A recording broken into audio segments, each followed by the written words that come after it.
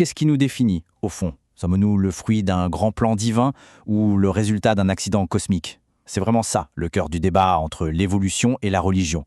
Une discussion passionnée qui touche au sens même de notre existence.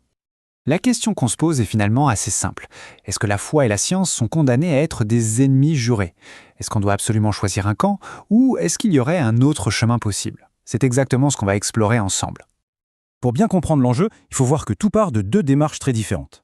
D'un côté, il y a le croire. C'est une quête de sens, de but qui repose sur la foi, sur une révélation. Et de l'autre, il y a le savoir.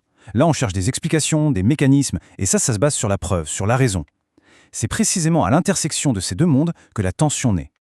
Alors, pour y voir un peu plus clair, voici notre parcours. On va d'abord se demander si c'est un duel de vision du monde. Ensuite, on verra le défi que l'évolution a posé à la foi.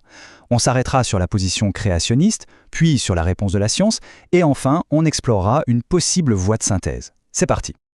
Commençons donc par ce duel de vision. Parce qu'avant d'être une simple affaire de fossiles ou de textes sacrés, c'est un véritable choc. Un choc entre deux manières de concevoir le monde, avec des enjeux philosophiques qui sont juste immenses. Pour comprendre, il faut se replonger dans l'ambiance de la fin du 19e et du début du 20e siècle. Il y avait une sorte de scientisme triomphant qui pensait pouvoir tout expliquer. Cette citation de Bertrand Russell, elle est parfaite pour ça. Elle nous dit que l'humanité n'est qu'un simple accident cosmique, un concours de circonstances. Et dans ce cadre-là, l'hypothèse Dieu devenait non seulement inutile, mais pour certains complètement dépassée. Bon, alors, plus concrètement, comment la théorie de l'évolution est-elle venue bousculer la foi? Les défis qu'elle pose sont vraiment profonds.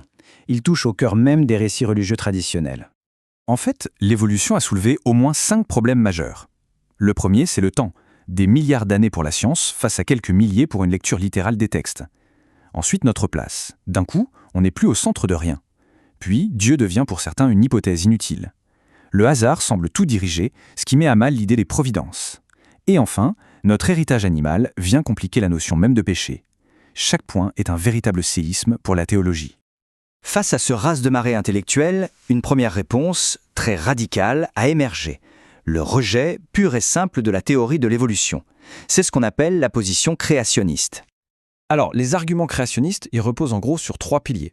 D'abord, l'idée que l'évolution, puisqu'elle n'explique pas l'apparition même de la vie, reste une simple hypothèse, pas un fait. Ensuite, il y a la critique morale. L'évolution dépeindrait une nature cruelle, une lutte pour la vie, ce qui serait dangereux pour la société. Et enfin, la conclusion logique, pour eux, c'est qu'en réduisant l'humain à un animal parmi d'autres, on finit forcément par tomber dans l'athéisme et le désespoir. Et ce mouvement, il a une histoire assez mouvementée, en particulier aux États-Unis. On pense tout de suite au fameux procès du singe en 1925. Puis, dans les années 80, la bataille s'est déplacée dans les écoles, avec cette demande d'un temps égal d'enseignement. Et enfin, dans les années 90, le mouvement s'est un peu réinventé, sous une forme plus subtile, plus sophistiquée. Ce nouveau visage, c'est le dessin intelligent. L'idée centrale, c'est celle de la complexité irréductible. Pour faire simple, imaginez une tapette à souris. Si on lui enlève une seule pièce, n'importe laquelle, elle ne fonctionne plus du tout. L'argument, c'est que de tels systèmes ne peuvent pas être apparus par petites étapes graduelles, comme le voudrait l'évolution. Il faut donc qu'il y ait eu un concepteur intelligent qui ait tout mis en place d'un coup. Bon, face à ces arguments, que répond la communauté scientifique? Il est temps de regarder d'un peu plus près les preuves qui soutiennent la théorie de l'évolution. D'abord, attaquons-nous à cette idée que l'évolution ne serait qu'une théorie. C'est un énorme malentendu sur ce que le mot théorie veut dire en science.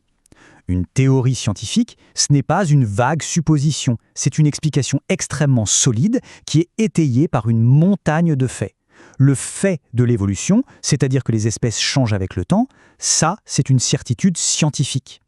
Les débats entre scientifiques portent sur les mécanismes précis, pas sur le fait en lui-même. Et des preuves, il y en a un nombre impressionnant, qui viennent de disciplines qui n'ont rien à voir les unes avec les autres. L'anatomie comparée nous montre des structures communes, comme les os de nos bras et ceux des ailes de chauve-souris. L'embryologie révèle des stades de développement étrangement similaires chez plein de vertébrés.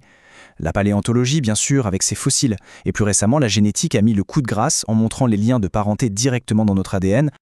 Prenons un exemple bien concret pour que ce soit plus parlant. Voici Acanthostega. C'est une illustration magnifique de ce qu'on appelle une forme transitionnelle. Cet animal a à la fois des caractéristiques de poisson, des branchies, une nageoire, et en même temps il a déjà des pattes, avec des doigts. C'est une preuve fossile, directe, palpable, de la sortie des os. Et contrairement à l'image d'une vision froide, cruelle et désespérante de la nature, Darwin lui-même, il voyait une beauté incroyable dans ce processus. Cette citation, c'est la toute dernière phrase de L'origine des espèces. Elle montre son émerveillement. Pour lui, il y avait une véritable grandeur, une poésie même, dans cette vision de la vie. Mais alors, est-on vraiment condamné à choisir son camp? Et si le conflit n'était pas la seule option? Il est temps d'explorer une troisième voie, celle de la synthèse.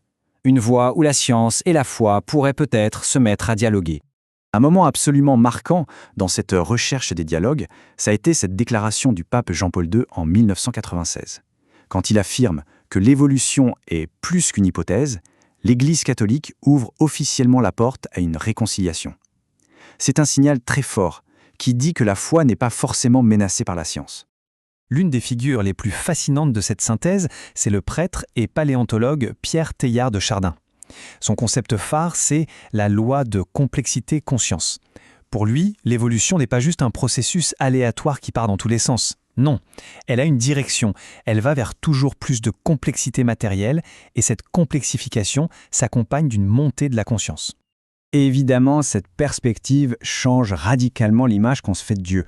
Ce n'est plus le grand horloger qui aurait tout réglé une bonne fois pour toutes au début. C'est plutôt un Dieu évoluteur, un Dieu qui crée en continu à travers le processus de l'évolution. La création n'est plus un événement du passé, c'est un processus qui est toujours en cours, ici et maintenant. Et Teilhard de Chardin nous laisse avec cette pensée assez vertigineuse. L'humanité n'est plus le centre statique du monde, mais elle devient l'axe et la flèche de l'évolution. D'un coup, on n'est plus de simples spectateurs, un peu perdus.